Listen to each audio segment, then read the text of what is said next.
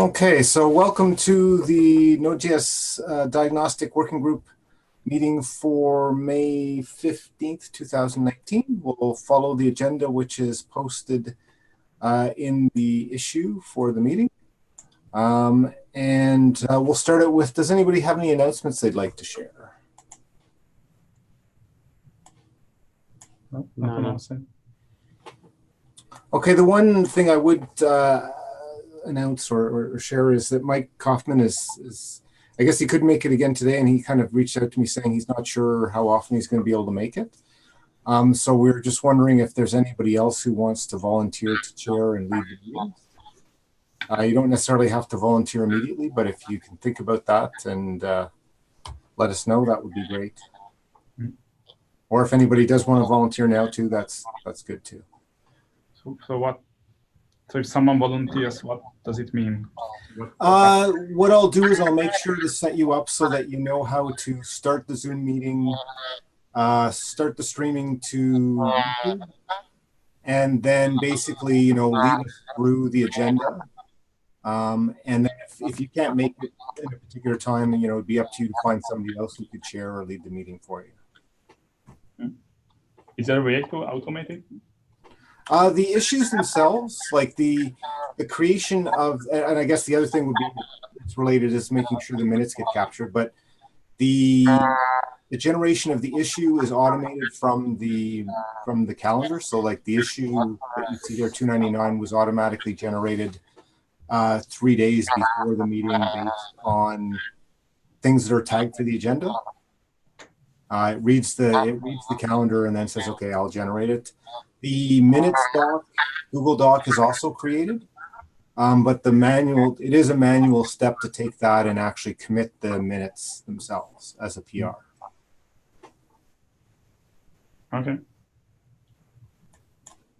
Okay, so yeah, think about it. Let either Mike or the other Mike know if somebody's interested in doing that. It's not too much work if you're going to be at the meetings anyway. It's not a whole lot extra. Okay. Okay, moving on to from announcements then. The first thing on the agenda is number 24687, support pausing the global script on load. I'm just going to open this up and see who added it, or if whoever did add it wants to jump in, that's good.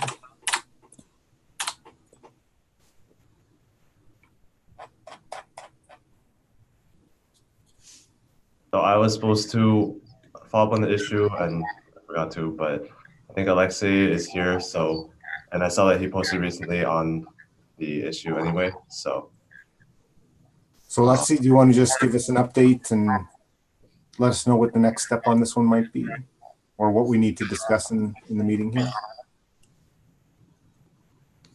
I can share the details that I actually landed the patch to V8 that make possible setting breakpoints on script parts actually, and we can backport this patch back to node. So this is in master of V8 right now, V8 master right now, and I believe it will cover this use case. So sorry, I didn't catch the last bit. I mean, as soon as we backport this change, node should be fine, and we can close this issue, I believe. Okay, so just waiting on backport to node.js 12.x, and then we can close. And so just adding that to comment, I think we can probably remove it from the agenda since it sounds like there's no discussion needed. It just needs to get that to happen. That makes sense? Removed. Okay, the next one is async hooks do not recognize execution context created when processing Venable. So this is 22.360. Just opening that up. And let's just going to see who added that to the agenda so they can give us some context.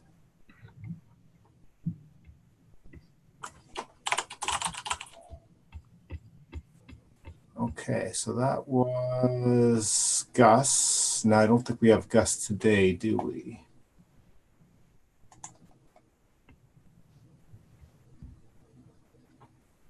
So I know there has been some recent discussion. Just sort of scanning to see if there's anything that specific that we can talk about.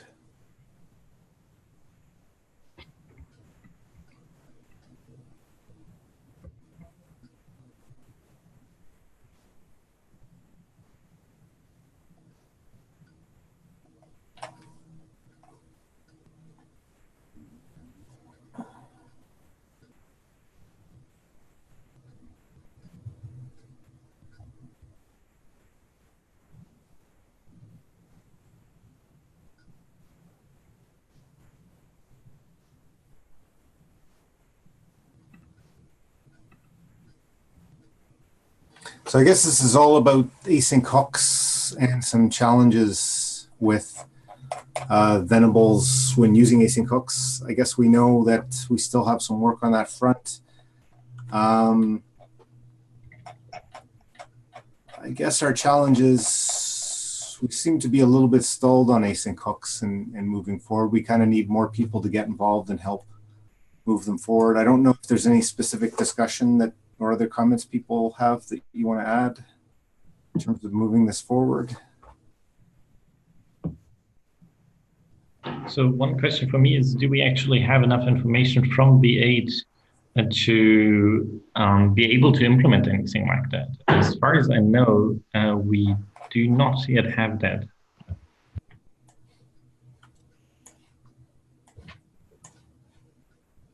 So the next, so I guess, I mean, do you have a, I haven't read in depth enough to know what that information would be or what we should be potentially asking the V8 team for.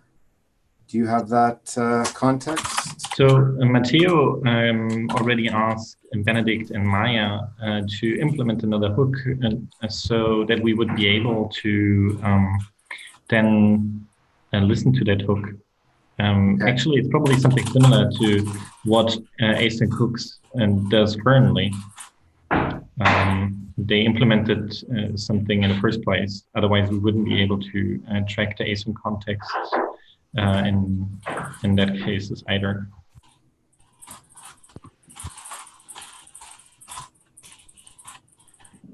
Okay, promises.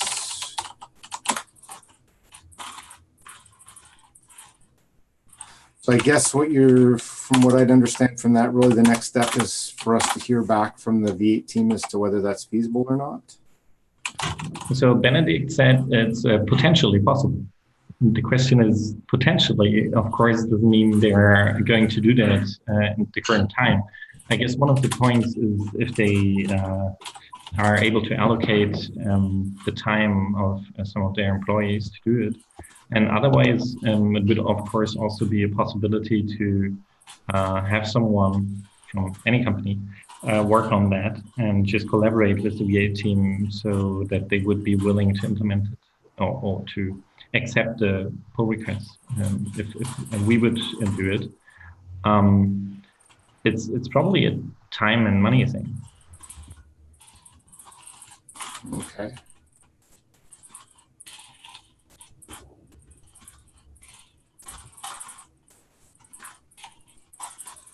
So it sounds like, okay, so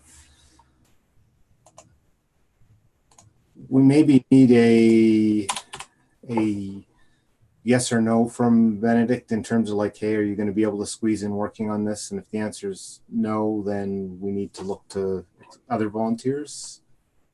Is that that would probably be one possibility. I mean, there like.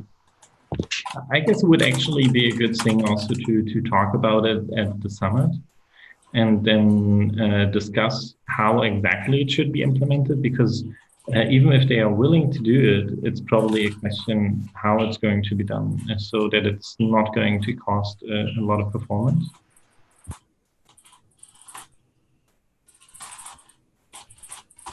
Okay, so do we have a session where you think that this can fit into? I'm just trying to make sure that like the the summit's only a couple weeks away, so I think that's a great idea to try and get people together and discuss there. But how we make sure that that gets onto one of the agendas and we don't forget about it. And right now there are 2 promise sessions actually, and I was considering talking to Miles to consolidate those. Okay. Because one is actually more, it should hopefully only be like up to half an hour. I don't know how much time Miles would need for his part. If he only needs another half an hour as well, it could be fine to just make it 1 hour and maybe squeeze that part in there as well, and just have some like after discussions for more details. Okay, so does it make sense if we say we'll see if we can get it onto the agenda for the promises session? If you can try and remember do that. Who else is going to be at the Collaborator Summit? Have you been there? I mean, okay. Okay, so if we can all try and remember to, if we're going to the promises session, to try and bring that up as a topic, I think that would be a good way to move that forward, make a concrete, like, then capture the concrete next steps in terms of like, do we need to ask for volunteer, or, and at least if we could document, you know, at a top level what it would actually do and how it would work, that would be great. Mm-hmm.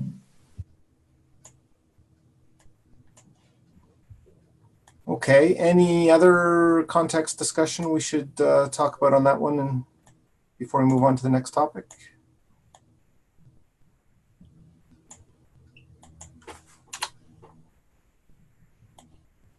Okay, if not, let's move on to the next one, which is the proposal to drive diagnostics working group initiatives through user journeys.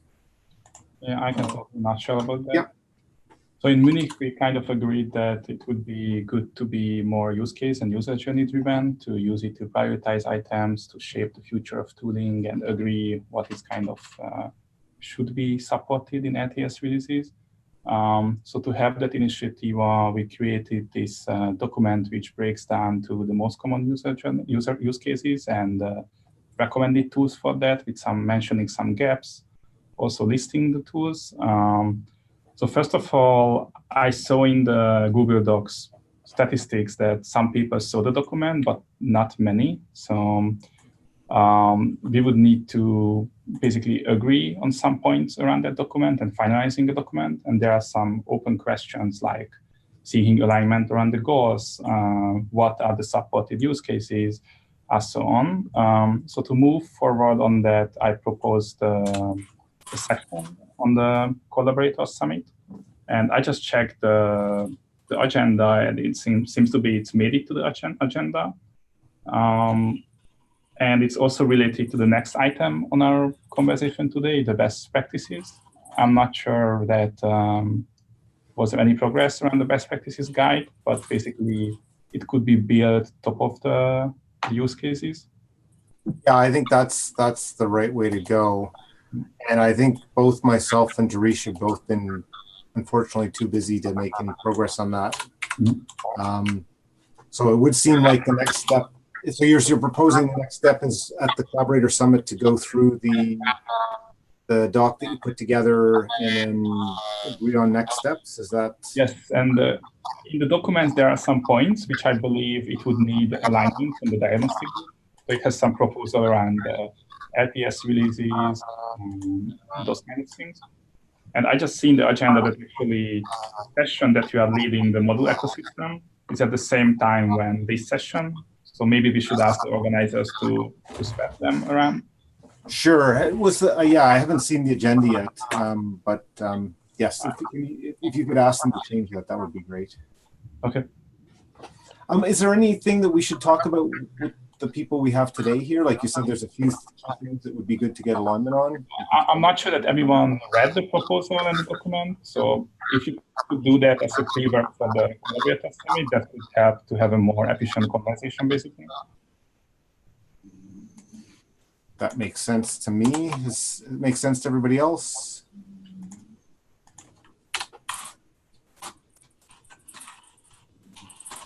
Silence is agreement. So.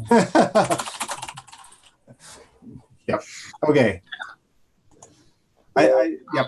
Okay, so we'll say people please read in advance of the summit, and next up is we'll discuss there. And I think best practices, unless anybody else has something to add, we'll leave that as we'll, based off the diagnostic user journeys, we'll talk about how we sort of build off those into starting to create the best practices. Okay, sounds good to me. So one point I want to add is that, I went through the user journeys documentation, and there could be sections where there is a clear dependency on the best practices. That means once we zero down onto the user journeys, then the information from there pass on to the best practices. But there could be other areas in the best practices where you can directly go ahead and act on it. For example, the crash document, which I'm preparing, some of the things, for example, the prerequisite for collecting the codums, prerequisite for the machine to be prepared for collecting the DUMs, etc., can actually be developed independently as well. So I agree that we should have a together discuss this one in the upcoming collaborator summit. In fact, I was planning to have that in the diagnostic summit that happened, but I could not attend that. So there wasn't much action on that since then. So it's a good idea to discuss in the collaborator summit and see how the both the documentation, the best practice, and the user journey can go hand in hand. Yeah, I agree. I really hope that if we can agree in the supported use cases and kind of which use cases we want to prioritize first, that basically will help which use cases needs the best practices. So I really hope that they can support each other. Sure. Yeah. So are you going to propose one session slot for this particular thing, or you already had it? So I already had one session around this proposal. Okay. So how do you want to go about that? Are you preparing some slides which will cover both, or you want any help from my side to also? So basically, my idea is that so it's a 1 hour session, if I see it correctly. I am planning to spend the first 15 minutes kind of giving the context. So probably some kind of short presentation. Then we have some kind of action items which needs alignment, and then in the rest of the time we can think more about the execution. This is a very high-level agenda now, so I'm happy to collaborate with you on the more detailed one. So let me send you what I proposed, and then we can start to collaborate on that. But I do agree that the best practices should be part of the story. Makes sense. Thank you. Yeah. Thank you. Okay, so that's going to take a note there, Juice. And on a separate note, or maybe a related note, as part of the best practice initiative, there is a PR which I raised, number 285. It's basically talking about the basic prerequisite for collecting crash dumps or preparing a machine for being enabled for the core dump. As I said, it doesn't look like it has any dependency or anything that needs to have a consensus at the moment, other than people having a look at that and talk, just provide their views about the structure, the overall layout, how the information is presented, etc. I would like to have real feedback on that, because the rest of the documentation that follows, I want to make sure the same format is used. So if I get early feedback, that would be really good. I will take a look. I didn't know we have this pull request. Sorry. Sure. It's 285.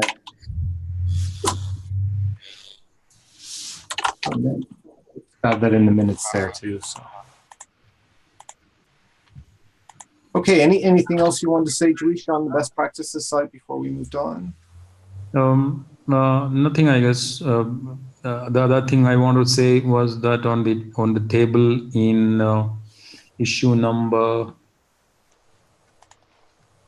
254, basically on the meeting we had, we agreed that we identify the top symptoms and the tools. Those will help to address the symptom types and then generate the guide. Then we identify the developer who is going to develop the guide, etc. But at the moment, based on the discussion with Peter, I guess we should wait that until we have a discussion in the collaborator summit. So I'm happy to have that action until then, move until then. Sounds good. Yes. I think what you're saying is like we'll update and reevaluate, update that based on the outcome of the review of 295, right? Which is Yeah, because I mean, yeah. the team who actually proposed and came up with this set of priorities or this set of tools was actually less than 10, I believe. I don't remember the number, but if we are having a wider discussion in the collaborator summit, and if we are coming up with a more collective decision on that, probably it's that the priorities can change. I mean, right now it's the memory that is the top one. It could be possible that these things can slightly differ. So instead of changing it again, we could actually do it once the discussion happens in the collaborator summit. Yep, I think that makes total sense. Okay, anything else before we move on? Nothing from me. Okay, so the next issue is Perfetto and Node, number 277. I think, Kevin, you're working on that? Yeah, still working on it. We've been talking to the Perfetto team here for the past 2 weeks, and they're working on a client library that's more tailored towards the Node use case. So it's going to involve a lot of code changes. I'm not sure if anyone here has been like looking at Perfetto or anything like that, but it's probably going to involve some code changes to use their new client library before the PR gets opened in Node to introduce it. To give you some more context, so we're working with the Perfetto team, and based on what we needed to implement in Node to consume Perfetto, they realized that they could actually implement a lot of functionality in Perfetto, so that different users that are implementing Perfetto don't have to provide their own TLS storage, for example, and some other niceties that they're going to bake in directly into Perfetto, and that should reduce the amount of code we actually have to have in Node. Okay, so if I were to back and creating a new API to Perfetto.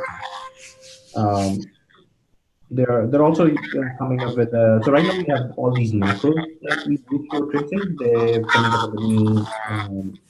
Can everybody go on mute? There's a bit of a feedback that's making it hard to hear. Yeah, so they're also working on another way of adding trace points that involves a C++ lambda. So basically, you basically add a trace point that's easier to use and much nicer looking than just a plain macro, and that also allows customizability. That in the lambda you can construct arbitrary payloads that you can attach. So shipping out to be a really nice API in Perfetto. To summarize, so based on work for the integration in Node.js, the Perfetto team has realized there's more stuff that can be added. Yep. To make it easier to use, and I guess you're saying also a more efficient way of inserting trace points. More user-friendly. Okay. More user-friendly than the macros, and the macros will still be there. Just that they're coming up with a new C++ lambda-based trace point format as well. Okay. And for us, do you think that we'll continue to use macros, or like, because I guess we already are using them in some places, right? Yeah, I mean those are implementation details within Node. So we can continue using the macros, or where appropriate, we can start using the new format as well. Okay. Is there any way we can make our macros use the new one? I guess that doesn't make a lot of sense necessarily, does it? So the macros underneath the covers will use Perfetto, Perfetto's implementation. Yeah. Okay. Okay. Anything else you want to add on that one? I think that's it for right now. Okay, the next one is Diagnostic Working Group Deep Dives number 168. I don't think that I've heard anything new on that front to discuss.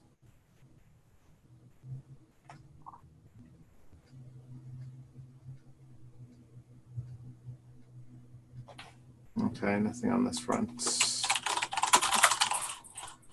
Async hook stable API 124.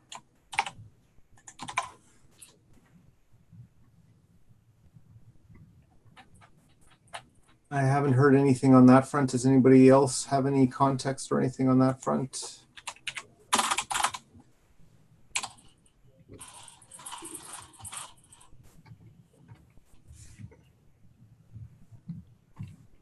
I think the same probably goes true for async context formalization. I think we were waiting to see if Mike could get Bill or somebody engaged in that front. But okay. Oops.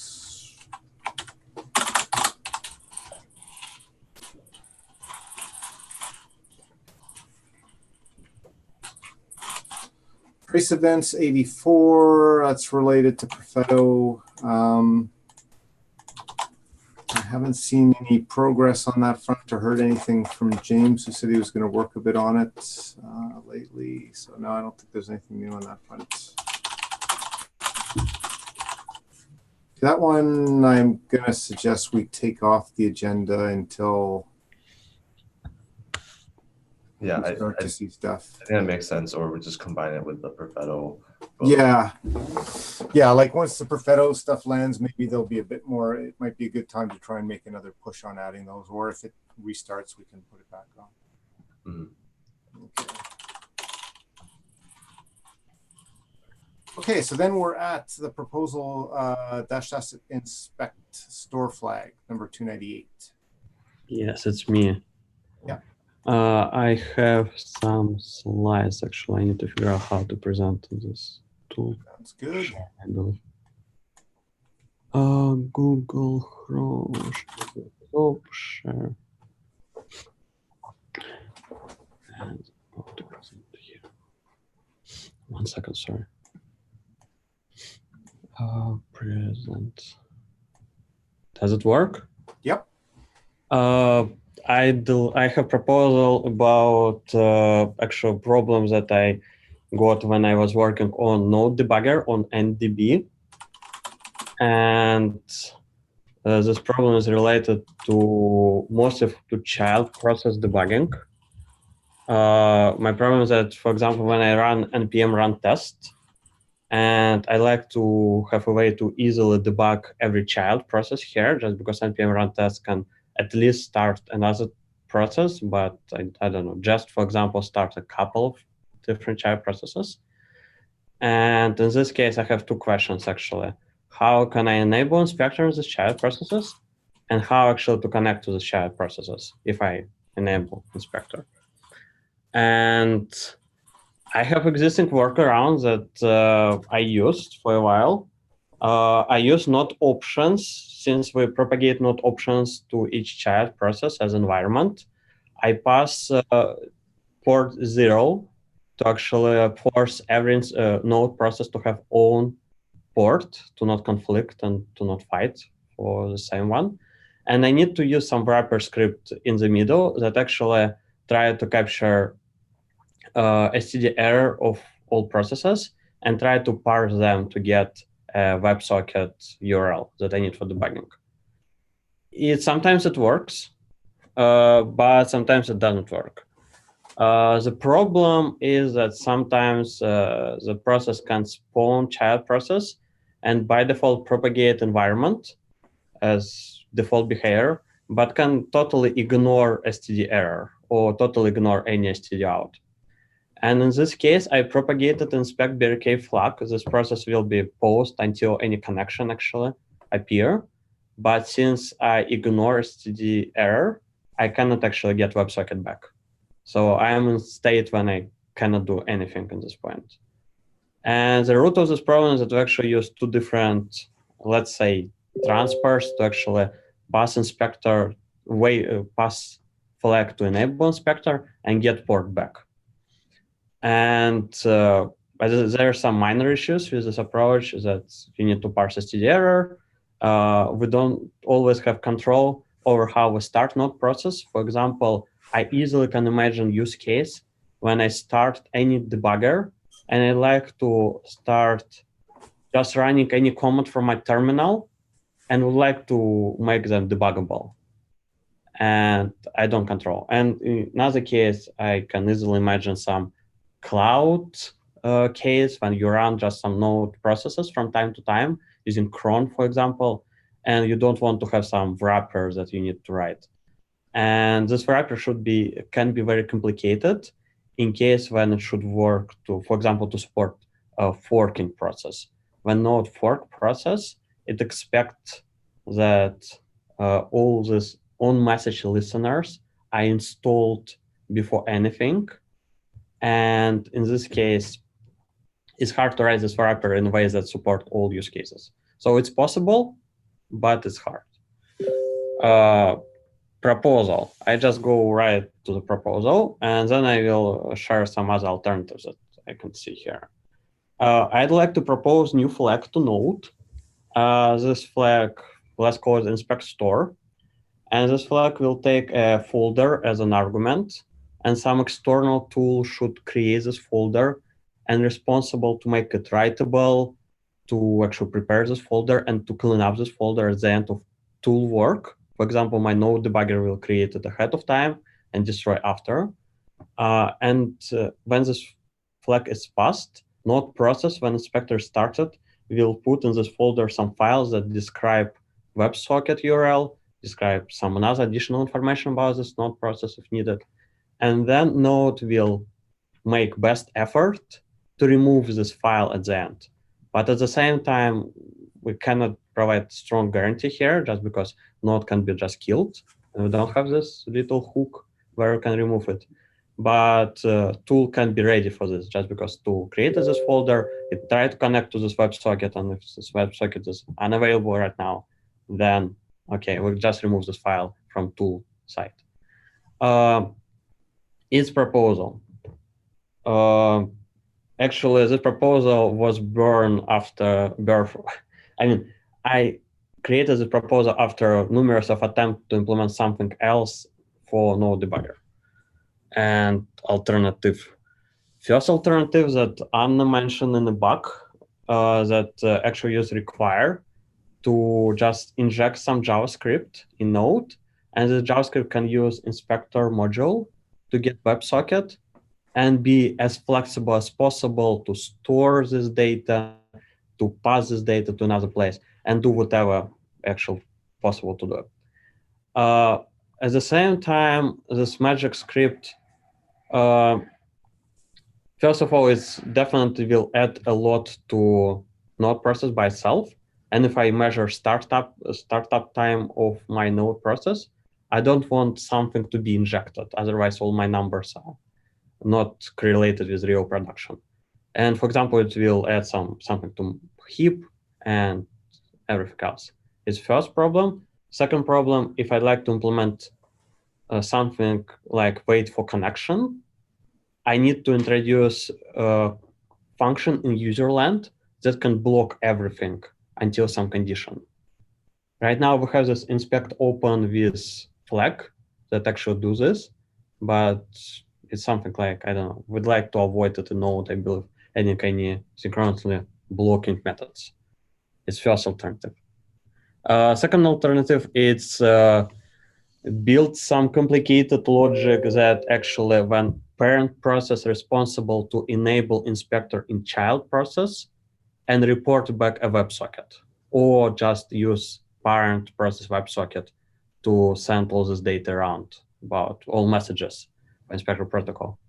This approach might work, but in this case, what we should do if parent process for some reasons die?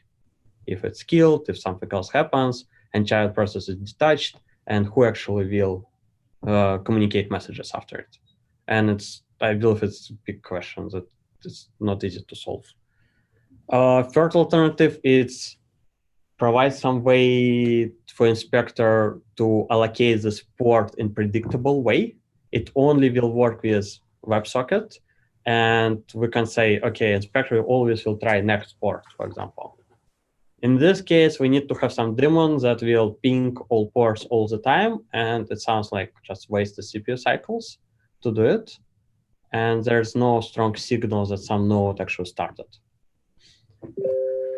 Last one, reverse connection. Instead of passing flags that force node to do something special like storing data, introduce flags that force node to actually try to connect back to some URL, to something, and pass data about WebSocket.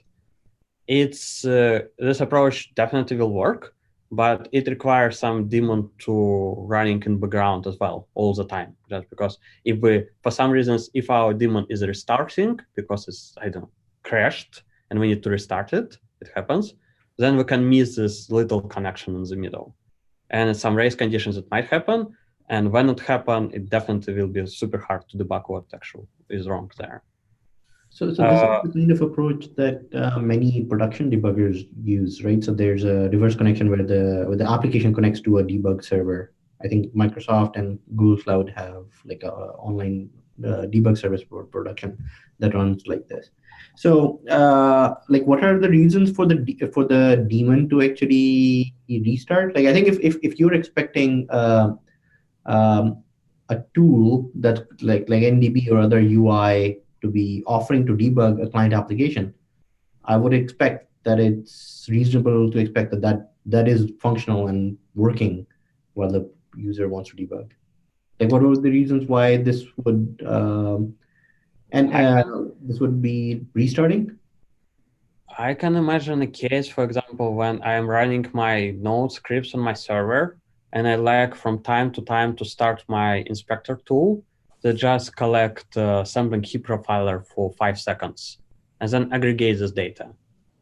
And it's not something that I like to be run all the time. I definitely can run daemons that's just always there, but at the same time, I can just use cron and schedule it and run it from each hour, for example, and it will record some information. For 5 seconds or something like this. I can implement it on top of daemon. I can run some light daemons that will store to file system actually, but at the same time, it adds complexity that I don't know. And I could imagine the use case where you have a bunch of stuff running and then you decide you want to connect, like discover them, and It's interesting. I think like other runtimes do have some sort of file-based files for like running instance discovery. Java has a command that returns all running instances on a system. Right, and I think my understanding of at least some of the implementations for that is that they do use, directories and some files like this that, I think it's complicated to get right, but it's just mentioning it is that is another case where people found it was useful. Yeah, so there are those PID files like MySQL used to have. When you run a process and creates a PID file in some predefined location. My first thought was, should this be more generic too? Like if we did this, should it be something like node discovery as an option as opposed to just strictly tied to inspector? So like, one thing that might be written to the file is the inspector port, but similarly, you might want the PID so that you could like find all the node instances if you want to like kill them all or send them all signals or something like that. Well, so in that case, you can just do it through PS. What's it called? For PIDs. But in this case, I just realized that I have another suggestion. So what if we have an inspector notification like you have for workers that will report a PID and port? So parent will send out notification like child process spawned or whatever. And then we don't care if parent dies or not. So you start your root instance. It spawned a child. It reported the child was spawned. And then it's up to front end to either connect to a child or just keep the child. It's the same problem as if you don't have something connected right now, you miss it. You cannot start this tool later. You need something to be connected to your node. And in this case, you always need to be something to be connected to node. Mm-hmm. Yeah. And I'm still not convinced that it's impossible to do in userland. So maybe there are some API that can help to implement it in the userland. So something more generic that does not have. So I'm uncomfortable with the idea of having a folder that will be littered with files over time. So those files will accumulate because some instances die, and if you have a cluster that just spawns workers for a some long-running job that just spawns workers, and sometimes those workers die before raising the file, then you're just making a mess in that folder, and at some point you'll run out of disk space and your cluster instance is down. I believe if you have so many node instances that are killed, they're forcibly killed, you have some other problems. But it's a nice point. I like this point, and I don't have a good solution for this. And my main point at the same time that I'd like to avoid userland, since inspector protocol actually ready to be used in production. It was designed in this way to be ready to use in production. And as long as we can maintain the same behavior when inspector is enabled and inspector is disabled, then it's something that I'd like to push hardly to have this opportunity. And when we inject something in userland, we change behavior. So that's userland, it's not part of inspector. So no, but it's so it's an opt-in on behalf of customer. Inspector is used, for example, to run heap profiler or CPU profiler. And if you add something in userland that's running there, it actually, you will see it in your CPU profile or heap profile. That, I don't know. It's not what I expect from tooling. But isn't the bigger problem that you miss, like Maybe. if you did it in userland, you would miss some of the startup? Is that?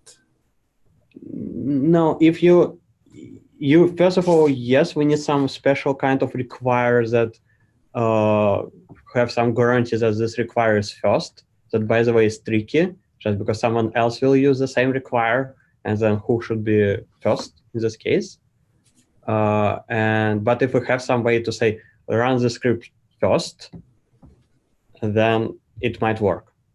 But you will miss bootstrap. If you like to debug node bootstrap and profile node bootstrap, that might be significant for some simple node apps. It will be not possible to debug or to write tool for bootstrap if you use require and userland, since userland is always after bootstrap.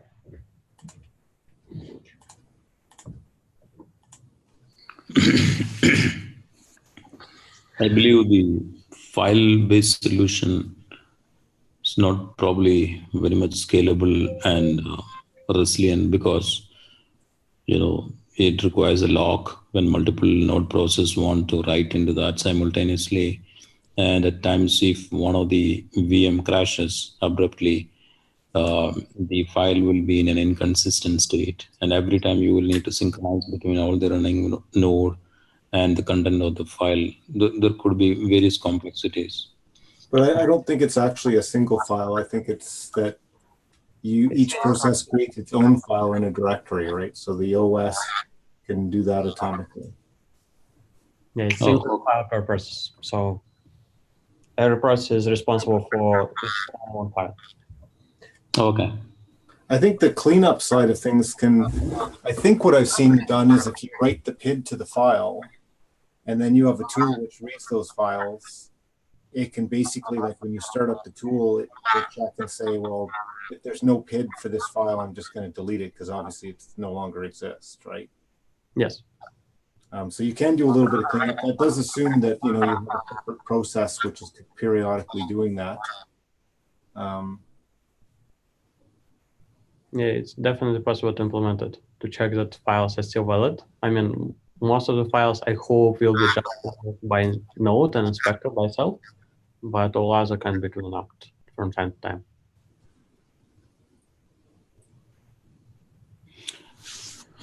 So the actual requirement is to figure out the inspector port that is used by a process which was started earlier, or process started by some other agent not in your control.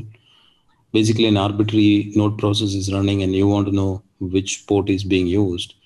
And then one of the more cleaner solution would be use the diagnostic report as an option, because diagnostic report anyway queries the whole internals of the node.js VM components. So just by issuing a signal to the running process, it's going to get all the information from inside and provide you.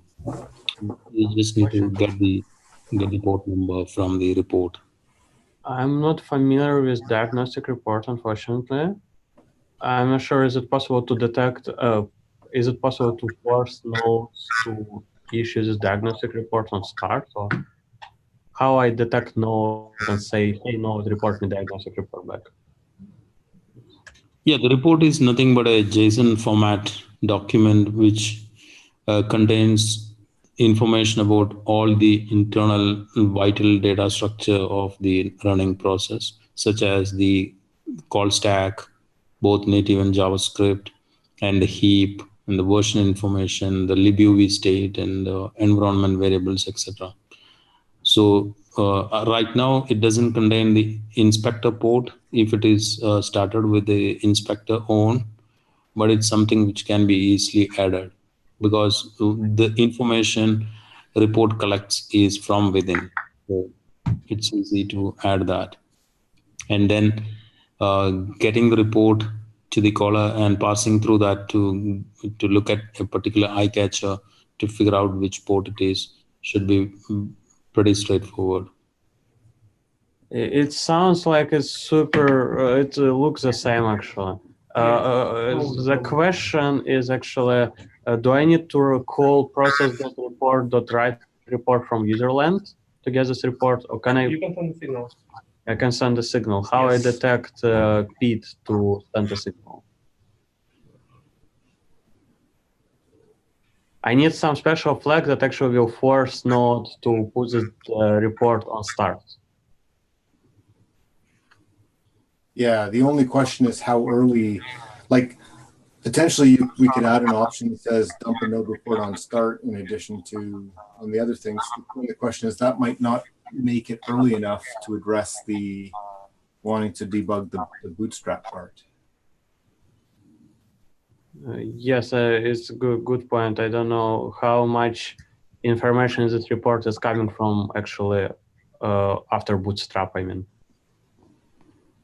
Can I put this report to file system before bootstrap, or do I need to finish bootstrap first? But Therese, do you remember where in the bootstrap sequence it gets generated? Well, I guess it doesn't now. It gets generated later on.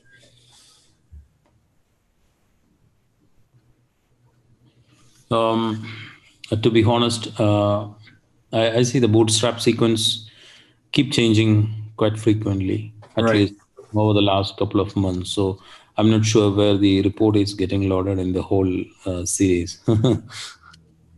Yeah, and I suspect it makes sense that it actually is available slightly later in the bootstrap sequence, to be honest.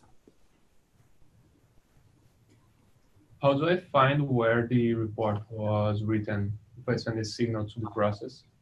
Report file name and report directory. Well, you need to enable it with an option, and you can tell it where the path is to write them.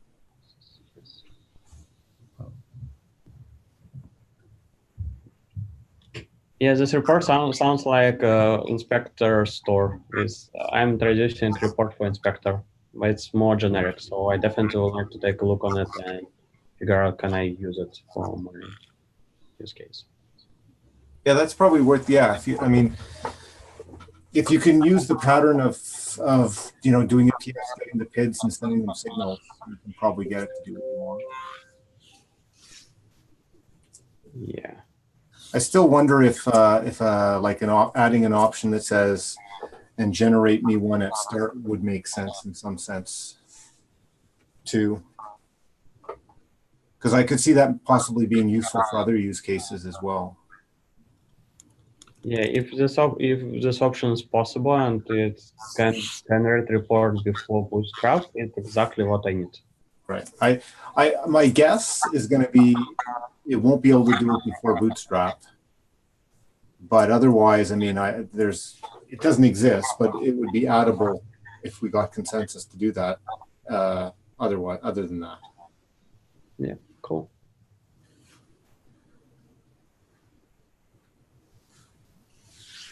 Okay, so is there more questions, discussion, or is it the next step for you to try that out and see how that goes and then come back to us on that?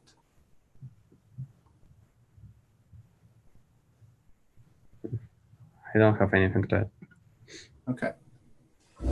Okay, thanks. That was a good discussion. I look forward to seeing if that works out, if using the node report works or not. So let us know for sure. Yeah, I will try. Okay, that's the end of our agenda. We're also only have 1 minute left, but if anybody has any other things they want to add to the agendas, now's the time. I'd like to say that during the last couple days, I read a lot of stuff about Inspector Protocol on the Twitter, and I like to find a channel that I can use to communicate that Inspector Protocol is ready for production. Just because there are a lot of miscommunication on this part from our side, from my side maybe, and V8 and DevTools side. And first question from people is always, is it ready for production? Can we use it in production? And a lot of answers like no. And it's not true. Right. I guess in my mind, the question is like, is there overhead? And if there is, what is that overhead acceptable for people in production? So I'm working on some slides, so maybe we can just publish them. Yeah, we can publish slides just because inspector by default, if you just pass inspect flag, overhead is almost zero. It's about just sleeping threads that waiting for connection. And when you enable when you connect, you only pay for domains that you use actually. If you enable something heavy like debugger, you pay a lot. If you only collect something key profiler, it's almost, zero. Okay, so I think I can see the slides. The one concern I've had is the permission granularity. The last time I checked is 2 cores, right? So either you have the inspector or you don't. So let's say if you only want to enable expose the CPU profiler, you have a port on which the inspector is listening that you expect a profiler to connect to, but let's say something bad happens. Now, wait a second, I have full control of my production machine where somebody can run the debugger and do arbitrary code injection. I have actually 2 additions for this. First of all, we can introduce inspect pipe, and you don't need to expose WebSocket at all. It's a local one, and pipe is something secure, I believe. And at the same time, we definitely can build something in Node that will enable only a couple domains, but it's usually Node is better. Yeah.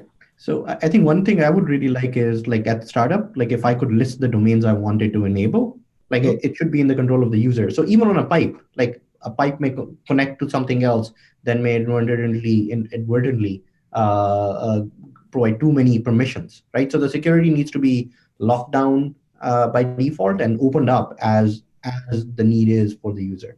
So if there's some feature like that with the inspector, that would be quite useful.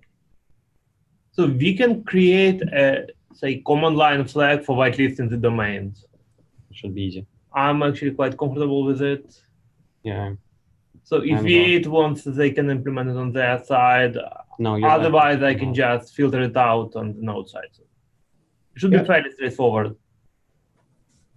I think that would be from my point of view, I think that would be a necessary piece before we call it suitable for production. Okay, so we just need to, Another diagnostic issue, another discussion how to code this one. No, I think you should just. Okay. I just need to find some time and implement it. Shouldn't be hard.